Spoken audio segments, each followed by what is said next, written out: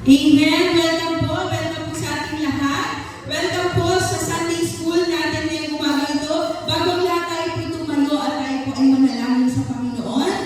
Maraming salamat po sa iyo, Panginoon, sa bagong araw na kalugod po sa amin, sa buhay, Panginoon, O Lord. Salamat po sa pag-iingat mo sa amin sa buong magdamag at sa bagong buhay na tinanggap namin buhat sa iyo sa araw na ito. Panginoon, ang aming mga puso, patuloy namin pinataas sa iyo, pakalinisin mo po bawat isa sa amin at tulungan mo po kami, Panginoon, na mabuhay kami na may katalinuhan na nagmumula sa iyo, Panginoon. Magawa namin ang mga bagay na nakalulugod sa iyo, mamunga na mabubuti, Panginoon, sa aming buhay ang mga salita mo, Panginoon. Lord, maraming po salamat sa iyo lamang po, Diyos, sa lahat ng papuri sa pangalan ni Jesus. Amen. Sige po, tayo na po ay makakaupo. So tayo po ngayon ay papasok na po sa aklat ni Colosas. Natapos na po tayo, last chapter na po tayo kahapon ng mga taga-Pilipos.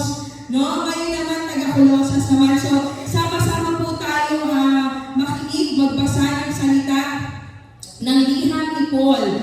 Mga taga-Colosas, mula kay Pablo, apostol ni Kristo Jesus ayon sa kalooban ng Diyos, at mula rin sa kapatid natin si Timoteo, para sa mga taga-Colosas na hinirang ng Diyos at mga tapat na kapatid kay Kristo. Sumainanawa ang pagpapala at kapayapaan mula sa Diyos na ating Ama. Panalangin ang pasasalamat. Tuwing ipapanalangin namin kayo, lagi kami nagpapasalamat sa Diyos na Ama ng ating Panginoong Jesucristo. Nabalitaan namin ang iyong pananalig kay Kristo Jesus at ang iyong pag-ibig sa lahat ng hinirang ng Diyos. Dahil sa pag-asa at makakanta ninyo na inihanda para sa inyo doon sa langit. Nalaman ninyo ang tungkol sa pag-asa ito na ipangaral sa inyo ang salita ng katotohanan, ang magandang balita na dumating sa inyo. Ito'y lumalaganap at nagdadala ng pagpapala sa buong daigdig, tulad ng nangyari sa inyo mula nang marinig at maunawaan ninyo ang katotohanan tungkol sa kagandahang loob ng Diyos. Natutunan ninyo ito kay Epaphras, ang aming kamanggagawa, isang tapat na lingkod ni Kristo, at kinatawan ninyo. Sa kanya namin nalaman ang tungkol sa pag-ibig na ipinagkaloob sa inyo ng Espiritu. Kaya mula nang marinig namin ito, patuloy namin idinadalangin sa Diyos na sana ipaunawa niya sa inyo ng lubusan ng kanyang kalooban sa pamamagitan ng karunungan at pag-unawang kaloob ng Espiritu. Sa gayon, makakapamuhay na kayo ng karapat-dapat at kalugod-lugod sa Panginoon, sasagana sa lahat ng uri na mabubuting gawa at lalawak ang inyong pagkakilala sa Diyos. Idinadala din namin patatagin niya kayo sa tulong ng kanyang dakilang kapangyarihan upang inyong matiis na masaya at may pagtsatsaga ang lahat ng bagay. Lagi kayong may magpasalamat sa Ama sapagkat minarapat niyang makabahagi kayo sa mga pangako ng Diyos para sa mga hinirang na nasa liwanag. Iniligtas niya tayo sa kapangyarihan ng kadiliman at inilipat sa kaharian ng kanyang minamahal na anak na nagpapalaya at nagdulog sa atin ng kapatawaran sa ating mga kasalanan. Ang likas at gawain ni Kristo. Ulitin ko po milipat na kayo sa kaharian ng kanyang minamahal na anak na nagpalaya at nagdulog sa atin ng kapatawaran sa ating mga kasalanan. Ang likas at gawain ni Kristo. Si Kristo ang larawan ng Diyos na di nakikita. Siya ang panganay na anak at pangunahin sa lahat ng mga nilikha. Sapagkat sa pamamagitan niya ay nilikha ang lahat ng nasa langit at nasa lupa, nakikita man o hindi, pati ang mga espiritual na kapangyarihan, paghahari, pamamahala at pamumuno. Ang lahat ay nilikha ng Diyos sa pamamagitan niya at para sa Kanya. Siya ang una sa lahat at ang buong sansinukob ay nananatiling nasa kaayusan sa pamamagitan niya. Siya ang ulo ng iglesia na kanyang katawan. Siya ang pasimula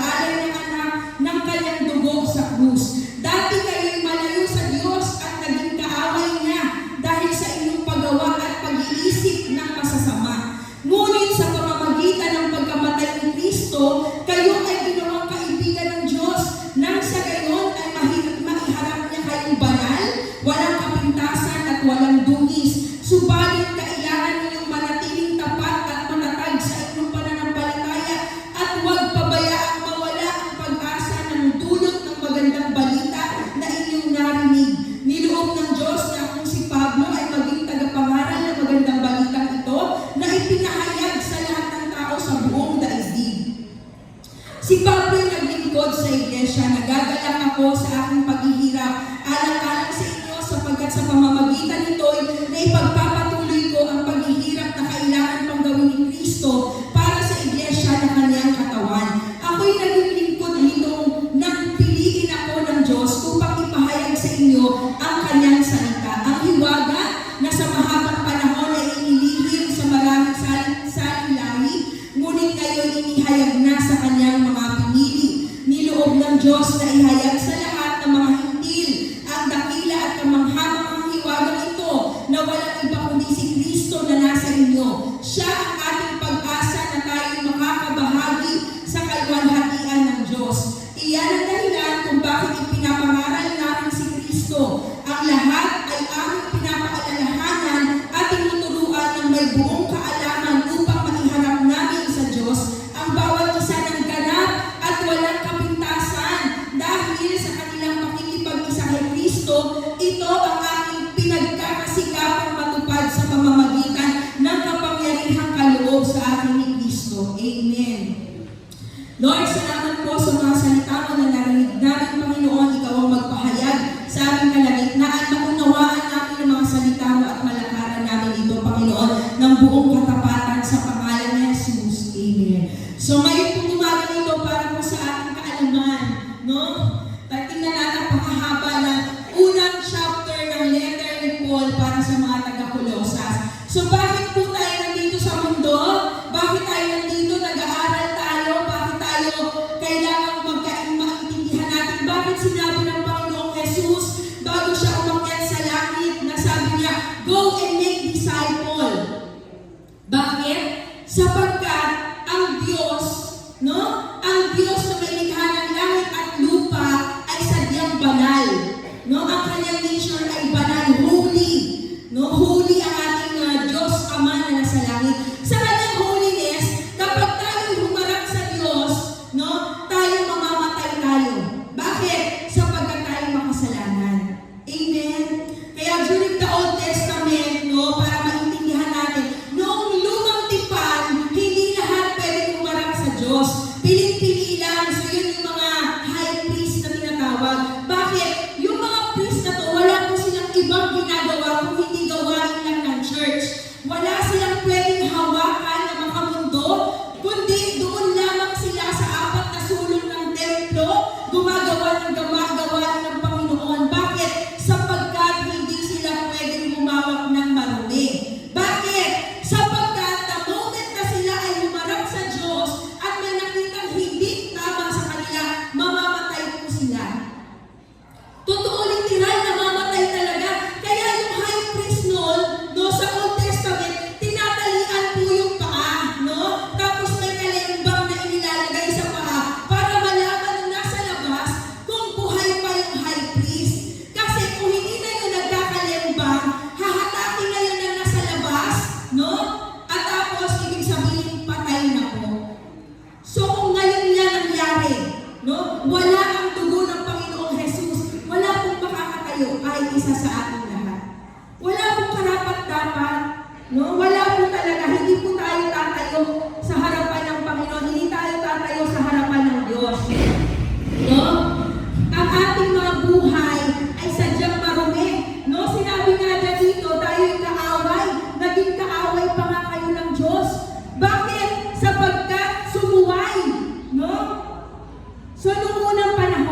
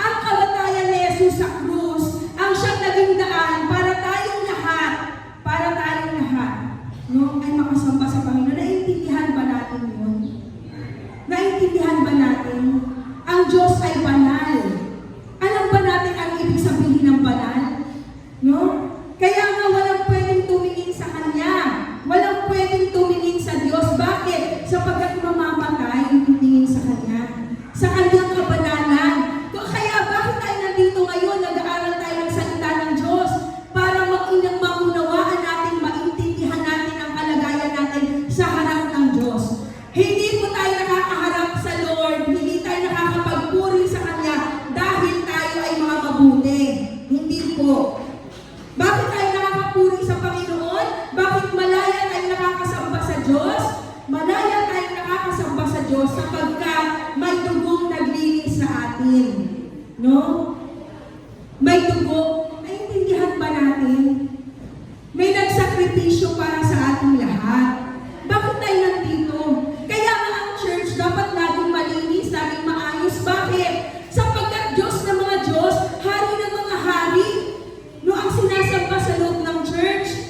Kung nga yung presidente ng Pilipinas, pag pumunta yan dito, yung buong kalsada natin, siguro lalagyan niya ng red carpet.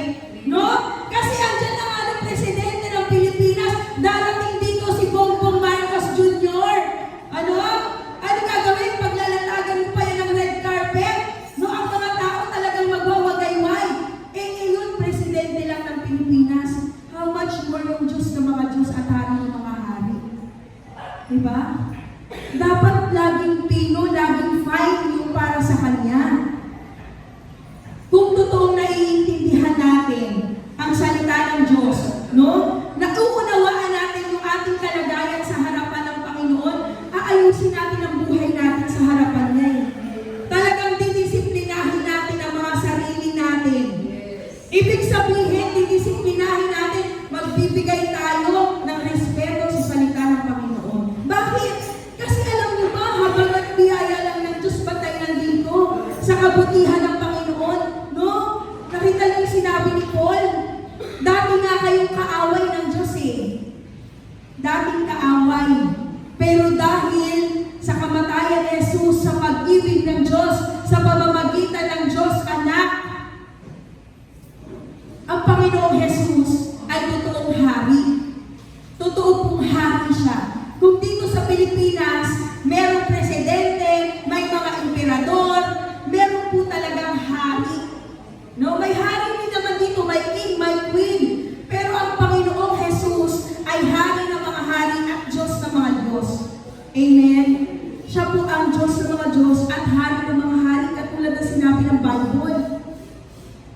Tapos tayo, no? Tayo yung mga tao na pamamahalaan ng Panginoon. Kaya tayo pumapasok sa church. Bakit? Sabi niya, make disciple. Bakit? Inaayos yung ating mga pag-uugali.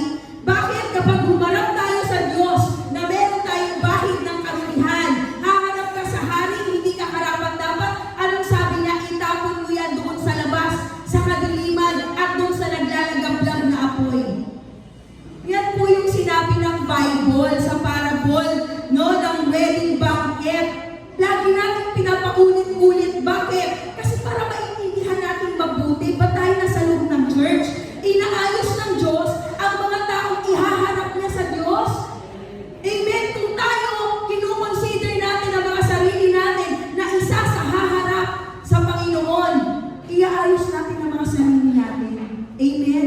Ang sabi ng tatay na naghanda ng wedding banquet sapagkat yung kanyang anak na lalaki ay ikakasal na. Sige, imbitahan na lahat ng mga invited, yung mga guests na pinili. Pupuntahin na sila dito. Yung mga piniling guests, hindi na ako nag-respond. No? Kaya ang sinabi ng tatay, sige na, lahat na. I-open mo na sa lahat ang banquet. Kahit sino makita mo, papasukin mo na. At nandun na yung maraming tao, ang daming tao, may nilapitan ang ama. Ang sabi ng tatay, bakit ikaw hindi ka nakadamit pang kasal? Itapon nito, sabi niya sa mga gwardya, itapon nito sa labas, sa kadiliman at doon sunugin. Sabi niya gano'n. Ano bang dahilan ba tayo nasa church? Inaayos ng Panginoon yung damit na sinusuot natin. At kung hindi natin yan mag-grasp, hindi natin maunawaan kung bakit tayo nasa loob ng simbahan at mananatili pa rin tayo mabuhay katulad ng makamundo, hindi pa rin tayo nagiging disiplinado, paano tayo ihaharap ng Panginoon sa Ama? Na ang Ama ay napaka-stricto. Bakit? Puno-puno ng kabanalan, righteousness. Wala sa kanyang kanan, walang kaliwa, diretso lang siya. Kapag tayo, hindi tayo na-align sa pagka-diretso ng Ama sa langit, ano sasabihin? Ba't hindi yan maayos? Wala yan sa linya. Ihulog yan. No? Pero nandun ang dugo ni Kristo. No? Sa ating mga kakulangan, sa ating mga pagkakasala, kaya nga sumala tayo eh. Kaya kailangan natin ang nagdugo ni Kristo. Sapagkat tayong lahat sumala, wala talagang dumiretso sa atin. No? Nung ni ruler, meron na sa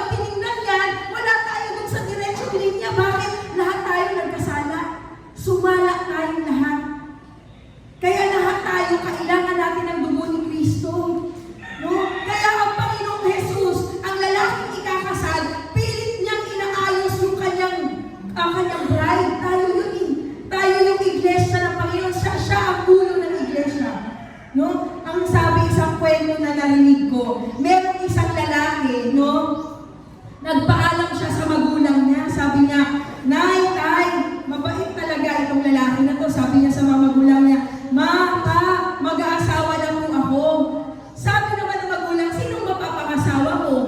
Eto po si ganito. Sabi ng tatay, siya ba? Naku, tamad yan. Huwag kang magpapangasawa niyan. Naku, yung buhay mo magiging mahirap. Napakatamad ng babae na yan. Walang mangyayari sa buhay mo. Pero dahil nagmamahal, ang sabi niya, di bali na, Tay, Nay, ako na lang ang magtuturo sa asawa ko. Mahal ko naman po kasi talaga siya eh. Ganun ang Panginoong Jesus sa atin. Kasi kung yung tatay lang sa langit, sasabihin niya, bakit ka makikipamatok dyan? Sunugin mo na yan! Pero dahil sa pag-ibig, dahil nagmamahal, kaya sinabi niya, ako na lang ang magtuturo sa kanya. Ngayon, ang Panginoong Jesus nagtuturo sa atin. No, tinuturuan na tayo eh. No, tayo yung babaeng ikakasal sa kanya. Habang tayo ay naglalakad, tinuturuan tayo ng Panginoon para maging karapat dapat tayo maiharap sa tatay. Kasi ikakasal tayo sa kanya. Meron po talagang kasalang mangyayari. Kaya ang lagi niyang sinasabi, make disciple. Bakit? Sapagkat pagdating sa langit, hindi na tatanungin kung ilan ang pera mo sa bangko, ilan ang sasakyan mo, ilan ang bahay mo, ilan ang diploma mo. Ang titingnan doon pag humarap na tayo sa langit ay ang ating mga karakter. No? Andito na ba ang pag-ibig, pagpapakumbaba, no? Kagalakan, kapayapaan. No? Ito na yung tinitingnan sa atin pag humarap na tayo doon sa kalangitan. Kaya dito pa lang, no? Dito sa lupa, itinuturo na ito sa atin ng Panginoong Jesus. Bakit? Sapagkat alam niya. Kaya kailangan natin lahat. Tayo lahat po na pumapasok po sa loob ng church, no? Kailangan natin matuto. Hindi po pwede hindi tayo natututo. Habang lumalaon, dapat mas lalo tayo pumipino. Bakit? Isinasa puso na natin yung mga pagkain kinain natin. Dapat natututo na talaga tayo. Hindi na tayo nagiging pasaway. Tayo na yung nagiging kaakiba. Tayo na yung nakakatuwang. Bakit? Sapagkat nagiging na tayo kawangis ni Kristo sa bawat araw. No? Tayo pinapakain ng Panginoon, pinapangaralan niya tayo dahil mahal niya tayo. Amen? Mahal tayo ng Diyos. Kaya huwag po natin sayangin ang pagmamahal na ibinibigay ng Panginoon at ang panahon na ibinibigay niya sa atin para pinuhin natin ang ating mga karakter. Kasi pagdating ng panahon at nawala na tayo sa mundo, wala na rin pong pagkakataon. Nandito yung pagkakataon natin sa lupa. Kaya huwag po natin sayangin. Kapag nakarinig tayo ng salita ng Diyos, itanim po natin na mabuti sa ating mga puso. Amen? Sana po sa umagang ito, nawag lahat tayo may natutunan sa Panginoon. No? Kailangan po natin ang pag-ibig ni Kristo sa atin. No? Tayong lahat magsikap tayo sapagkat ang Panginoong Jesus, ginawa na niya yung part niya. Ginawa na niya yung part niya. Inalay na niya yung buhay niya. Pero tayo, na minamahal ng Diyos, may parte din tayo. Yes. Yung totoong nagmamahal, no? Marunong rumispeto sa minamahal niya. Marunong magpasakop sa kanyang minamahal. Tayong lahat, tinuturuan tayo ng Panginoon, nawa, pag umalis tayo ng church, bagunin natin yung salita ng Diyos. Itanim natin mabuti sa mga puso natin at talagang makita sa pamumuhay natin habang tayo ay lumalaon ng lumalaon, nagiging mas mabuti tayong mga tao na ikararangal ng ating Panginoon. Amen? Mabuhay tayo sa kabutihan ng Panginoon. So nawa po, ang bawat isa sa atin, nagmamature tayo, no, pamature ng pamature sa kaisipan, sa kataluluhan, sa karunungan, sa pagsunod sa salita ng Panginoon para walang masayang. Amen? Kaya salamat po sa Panginoon sa umagang ito. Tayo po lahat ay tumayo at manalangin sa Panginoon.